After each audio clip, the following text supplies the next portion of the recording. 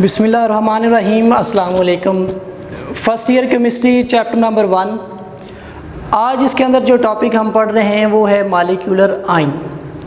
Molecular ion जो है इसको डिफ़ाइन कैसे करते हैं, इसकी टाइप्स कितनी हैं और इसकी फार्मेशन कैसे होती है और इसके साथ साथ इसकी एप्लीकेशन क्या है। और इसके अलावा हम एक टॉपिक जो है रिलेटिव एटॉमिक मास उसको हम आज के लेक्चर में डिस्कस करने वाले हैं। इससे पहले हमने जो है वो आयन के बारे में पढ़ा था कि आयन की जो फार्मेशन है वो कैसे होती है और आयन की टाइप्स जो हैं वो कितनी थी। तो अगर आपके पास कोई एटम मौजूद है तो आयन आपके पास तब फॉर्म होगा जब वो एटम इलेक्ट्रॉन गेन करता है या इलेक्ट्रॉन जो है वो लूज़ करता है, तो उसके नतीजे में आपके पास आयन बनता है। आयन की आगे टाइप्स आ जाती थी केटाइन और एनाइन। अगर तो एटम जो है वो इलेक्ट्रॉन लूज़ करता है तो आपके पास केटाइन की फार्मेशन होती है।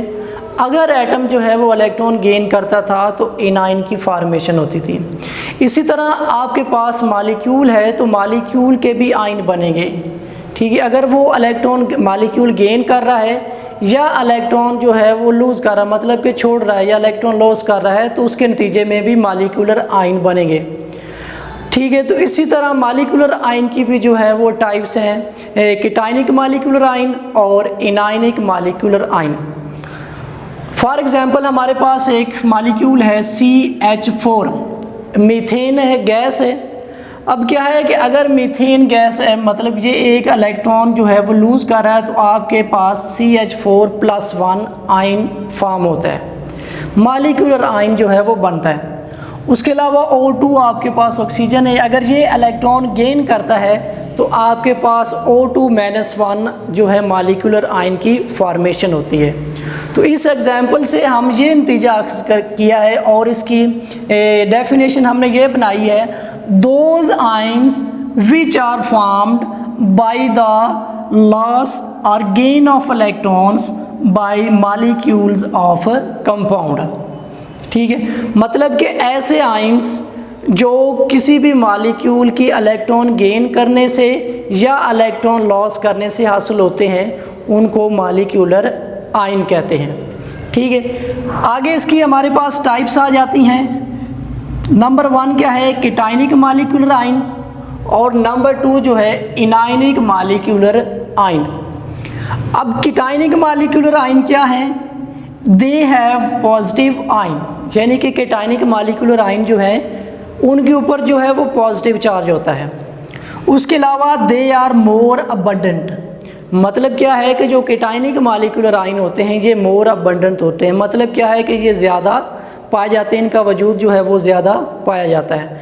फॉर एग्ज़ाम्पल आपके पास है जी CH4+, NO+, और उसके अलावा CO+ वगैरह वगैरह, और जो हैं वो बहुत सारी एग्जाम्पल हैं। उसके अलावा दूसरी आपके पास टाइप है जी anionic molecular ion. Anionic molecular ion के भी इस तरह 3 पॉइंट हैं। क्या है कि दे हैव नेगेटिव चार्ज, जो एनाइनिक मॉलिक्यूलर आयन होते हैं उनके ऊपर नेगेटिव चार्ज होता है। उसके अलावा दे आर लेस अबंडेंट, मतलब क्या है कि जो एनाइनिक मॉलिक्यूलर आयन हैं ये लेस अबंडेंट है, मतलब कि थोड़ी मिकदार में इनका वजूद होता है। फॉर एग्जांपल O2-1, O2-2 वगैरह वगैरह। तो यहाँ पे ये क्वेश्चन भी बन सकता है, जो मॉलिक्यूलर आयन जो है इस टॉपिक में से मतलब कि शॉर्ट क्वेश्चन आंसर आ सकता है या इस टॉपिक में से जो है वो MCQs बन सकता है। तो सवाल इसमें ये आ सकता है कि अगर आप मॉलिक्यूलर आयन को डिफ़ाइन करें, ये भी हो सकता है उसके साथ साथ जो है इस डिफ्रेंशिएट करें केटाइनिक मॉलिक्यूलर आयन को और एनाइनिक मॉलिक्यूलर आयन को। तो ये आप दोनों के 3 पॉइंट जो हैं विद एग्जांपल अगर आप बयान करते हैं तो आपका जो आंसर है वो कंप्लीट होगा।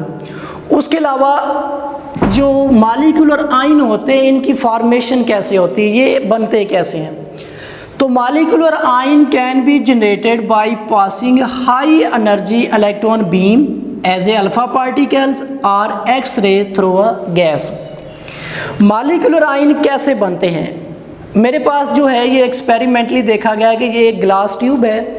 इस ग्लास ट्यूब के अंदर हम जो मॉलिक्यूल ले रहे हैं वो गैस फॉर्म में है, तो वो एक तरफ से जो है वो गैस फॉर्म के मालिक्यूल जो हैं, वो गैस फॉर्म में है, वो मालिक्यूल जो है इस तरह पास हो रहे हैं, ऊपर से एक इलेक्ट्रॉन की बीम जो है वो आ रही है।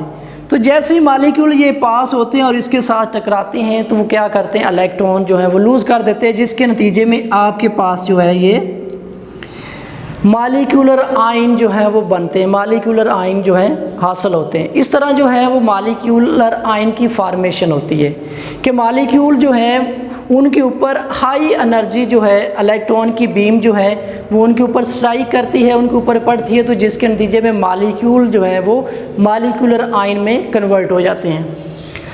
उसके बाद इसकी एप्लीकेशन क्या है मालिक्यूलर आयन की, तो इस चैप्टर के अंदर जो है हम टॉपिक एक पढ़ेंगे मैस स्पेक्ट्रोमीट्री।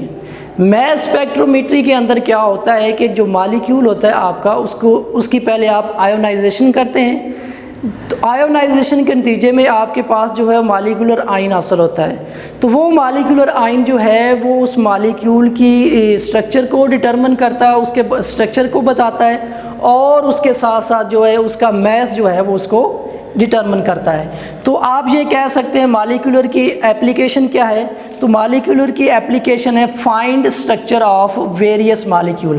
तो मालिक्यूलर आयन के ज़रिए जो है वेरियस मालिक्यूल का स्ट्रक्चर जो है वो आप फाइंड आउट कर सकते हैं जी। नेक्स्ट आपके पास है जी relative atomic mass, short form में इसको RAM कहते हैं।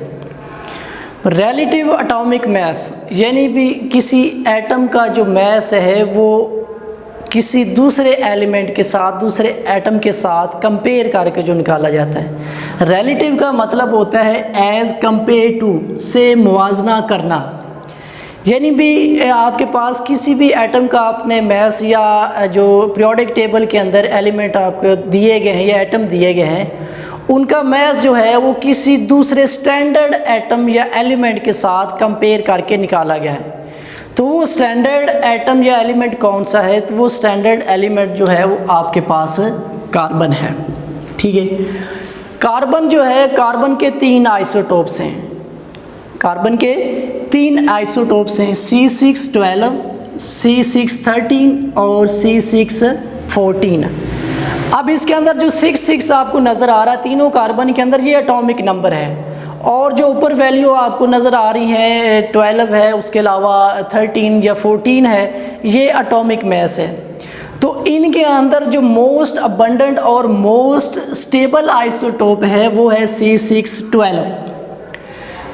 तो कार्बन जो है एक स्टैंडर्ड एलिमेंट है और इसका जो एटॉमिक मैस है वो है 12.000 AMU। अब यहाँ पे सवाल बन सकता है कि कार्बन ही क्यों स्टैंडर्ड एलिमेंट है, इसकी क्या वजह है।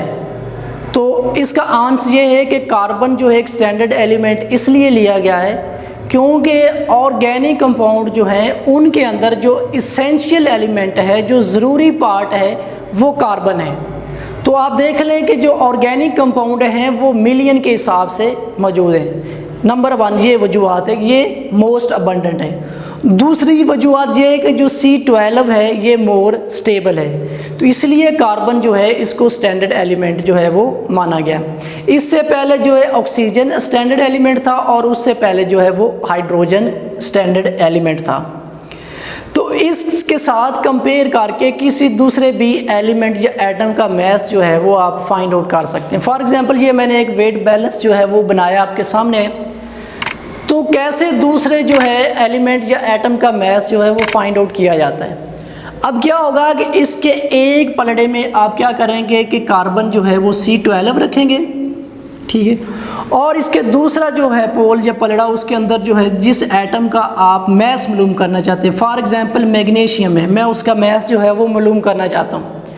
तो मैंने एक पलड़े के अंदर C12 रख दिया और दूसरे के अंदर जो है वो मैग्नीशियम रख दिया। जिस पलड़े के अंदर मैंने मैग्नीशियम को रखा वो पलड़ा क्या हो गया, नीचे हो गया, वो भारी था। तो फिर मैंने क्या किया कि एक और C12 जो है इस दूसरी तरफ मैंने ऐड कर दिया। अब 2 C12 है, मतलब 2 कार्बन का मैस जो है वो क्या हो गया, 24 हो गया। तो जब दूसरा कार्बन जो है मैंने इस पलड़े में ऐड किया तो क्या हो गया कि जो बैलेंस था या जो वेट था वो क्या हो गया, बैलेंस हो गया, बराबर हो गया। तो इससे क्या मालूम हुआ कि जो मैग्नीशियम है उसका मास जो है वो 24 है। तो इसके बाद हम इसको डिफाइन कैसे करेंगे, रिलेटिव एटॉमिक मास की डेफिनेशन क्या बनेगी, the mass of atom of an element as compare to an atom of C12। यानी कि किसी भी एटम का मास जो है वो कार्बन 12 के साथ कंपेयर करके जो निकाला जाता है उसको रिलेटिव एटॉमिक मास कहते हैं।